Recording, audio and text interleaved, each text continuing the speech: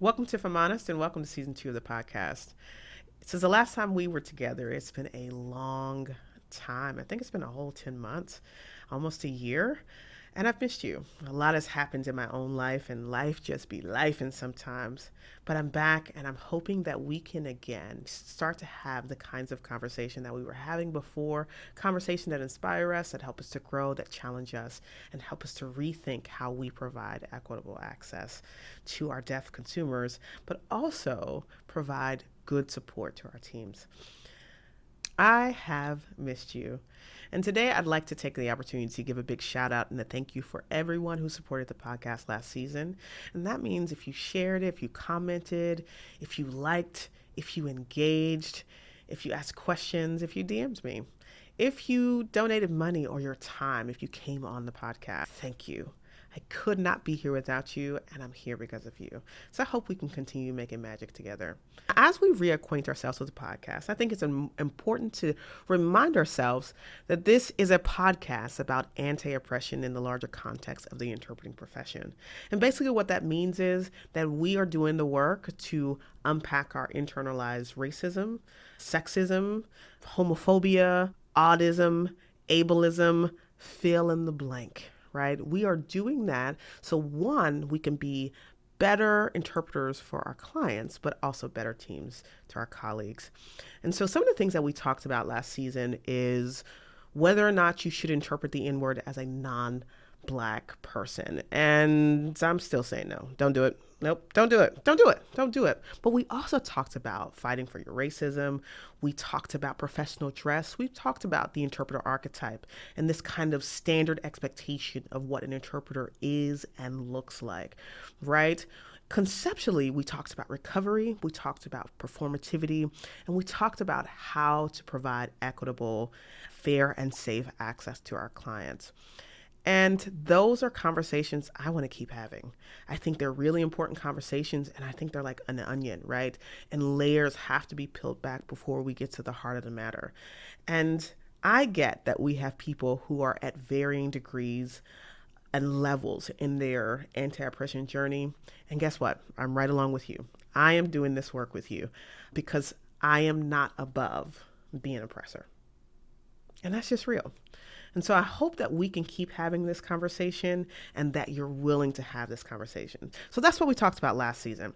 Now, this season, I sent out a poll a few weeks ago and I asked you guys what you wanted to talk about. I got 43 responses. Crazy, right? And some of the things that you said you want to talk about categorically include things like teaming and power, privilege, and oppression, things like ethics, cultural considerations, authenticity, how we show up, how we build authentic relationships, racism, right? There were lots of things that you listed that you wanted to talk about that I felt like I could adequately categorize.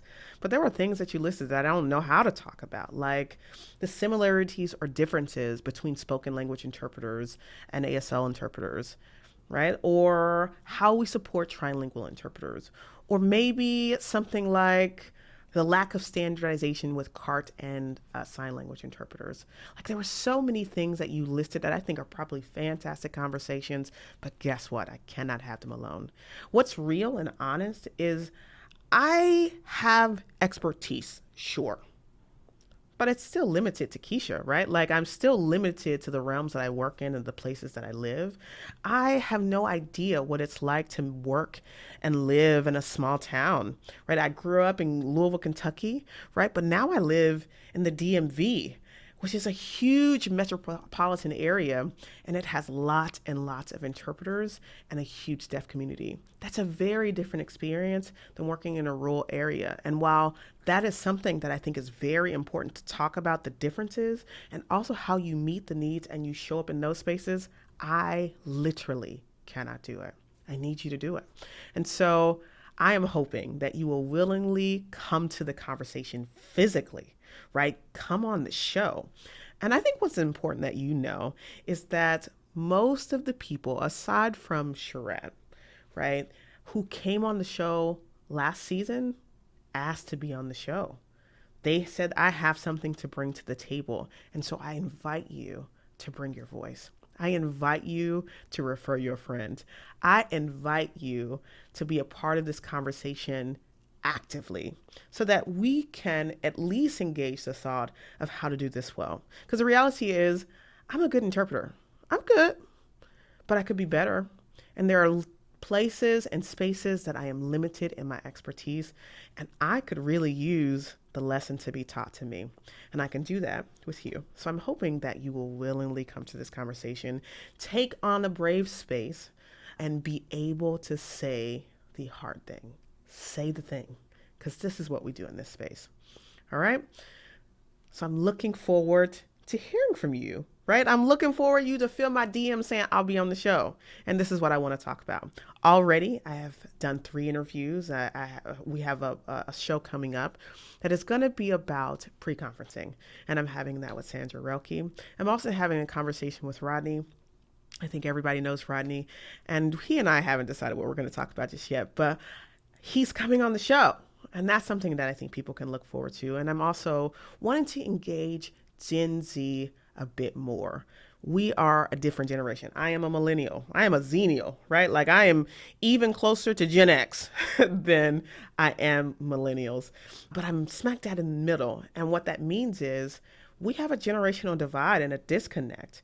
And whereas I, as an older interpreter, my God, I know. But it means that I have to take on the role of mentor and be a kind of leader in this field that I still feel very young and like I can learn in. And so these are conversations that I have coming up, but I need more. I need you. So if you have been in my DMs at least twice, how about 5 times? Then I can't wait for you to be in my DM saying I'll be on the show. I'll talk to you about this thing, even a thing that you might not be an expert in. I'll talk to you about it and I'll engage honestly. I'll let you challenge me. I'll push back. I'll disagree with you, but let's have an honest conversation. All right? All right, so let's set some boundaries and expectations for this season of the podcast and for our conversations moving forward. I am not your guru. I am not interested in some version of Keisha said floating around. So I have intentionally avoided prescriptive measures or providing a series of options that could apply because inevitably one size does not fit all. And I mean of the options, right? And so what I don't want you to do is to see a situation and go into that situation and check the boxes and say, oh, I've done this, especially when none of those options may apply. So I need you to be critical thinkers. Even the conversation about the N-word, which I mentioned earlier, has nuance, right? Like there are moments and times where a non-Black person should say the word. I cannot tell you that, but what I'm saying is that most times it should not, don't do it. Right? But that conversation has nuance. And if you're looking for the details of the nuance, please check back in last season. This is an important conversation because I do want to problem solve, right? I want to identify a problem and then I want us to be able to find the solution that allows us to provide equitable access, but also good support for our teams. And we can't do that if we're trying to operate in this kind of prescriptivity. And the space of just checking boxes. It is disingenuous and unauthentic, and it can be harmful. The second thing I want to say is I am not interested in this podcast being your place of Rosetta Stone. Okay, so what we know now is that being a social justice warrior who is anti-oppressionist is in, right? And what people are doing is acquiring the language of social justice and they're becoming quite fluent. And I don't want this to be the space that you become fluent in the conversation of social justice, that you virtue signal, that you are a better performer in the realm of social justice when social justice and being an anti-oppressor is a process. It is a way of being and doing and living. It is who you are when nobody's there, no one's looking and the lights are out, right? Like, who are you in the dark? That's what I'm interested in, is inspiring people to take the conversations that we have, figure out how they apply to their own lives, and make the change in themselves, right? Like I carry that responsibility myself. It's what I'm doing. It's why I invite challenge. It's why I'm okay with being pushed back. It's why I even do the work to read the books, to watch the shows, to engage the content that's going to help me change my way of thinking so that when I show up in a space, I'm living it. I'm not just talking about it. Now, I bring that up because some comments that were sent in about things that we should talk about this season include how we use language that we think hides our racism. And like, that's the kind of stuff I'm talking about. I don't want to be your Rosetta Stone. But people also talked about how do we build authentic relationships and how do we show up authentically. Someone also said, what does it mean to be an anti-racist? What does that actually look like as an individual or community? And I just don't think I can tell you what that is. I think people are looking for concrete answers, right? And I feel like if I give you consistently a do this, don't do that, then I become prescriptive and then I slide into this guru space. Whereas if I give you the tools and the conversation to help you think about things and think about how it might impact the conversations, how you or I might impact the space, then I think we can make better decisions and have better conversations that allow us to be more authentic, not some kind of rule following robot, right? I don't want to create that kind of environment for us. And so I can't tell you how to build authentic relationships. Like, you surely have authentic relationships. And if you don't, I don't think this is the place for that. Right. Now, having said all of that, I'm really looking forward to this season and what the conversations that you want to be involved with and that you want to have in this space I have to offer. I think this is a great space for us to grow and challenge one another and talk about the issues that really matter, but also the work itself. It's a really fun field for me. I really like my job as an interpreter, and I enjoy having these conversations with you. And so I hope that you will join me. I also want to say, I don't know what the hell I'm doing here, right? Like, I started this podcast kind of from scratch without seeing it modeled or an example. I don't know what the hell I'm doing. And I want to say this because I think it's really important. There are people who want their deaf friends and family members to have access to this podcast. And I can't do more work.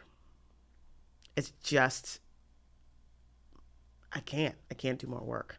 I cannot edit the video, the audio, do the transcription, film the content, arrange the interviews, and interpret it. It's just not something that's possible. But I bring that up because one of the people that I interviewed this season said they want their people to have access to this. And they're going to interpret the episode themselves. And sheesh, it's an hour long, right? And so this is what I want to say, because there are people who want their people to have access. I also want deaf people to have access, which is why I make sure to provide a transcript and I provide captioning on the videos. But if you want to take on a more active role, and that active role looks like interpreting the episodes, please go forth and be great. I don't want you to be concerned that as a white person in a white body, how you have these conversations. I think what's important is that we provide the access. And I don't think it's appropriate to ask Black and brown people to do the labor. And so I want to give you permission and encouragement that if this is something that you've thought about, just interpreting the episodes or maybe summarizing or something, please go forth and be great. I can't wait to see what the season has to offer. See you soon.